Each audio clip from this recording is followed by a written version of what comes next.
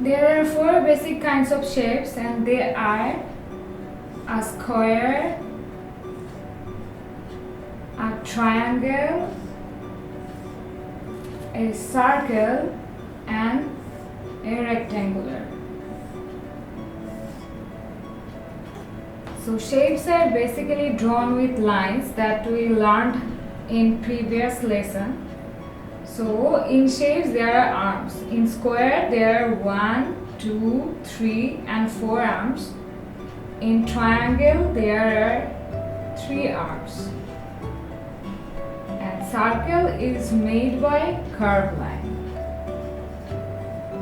And in rectangular there are also 4 arms. There are some simple basic shapes.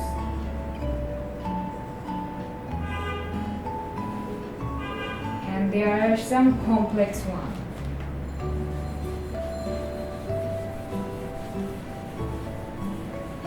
You can add as many arms that you want, and that will make another shape like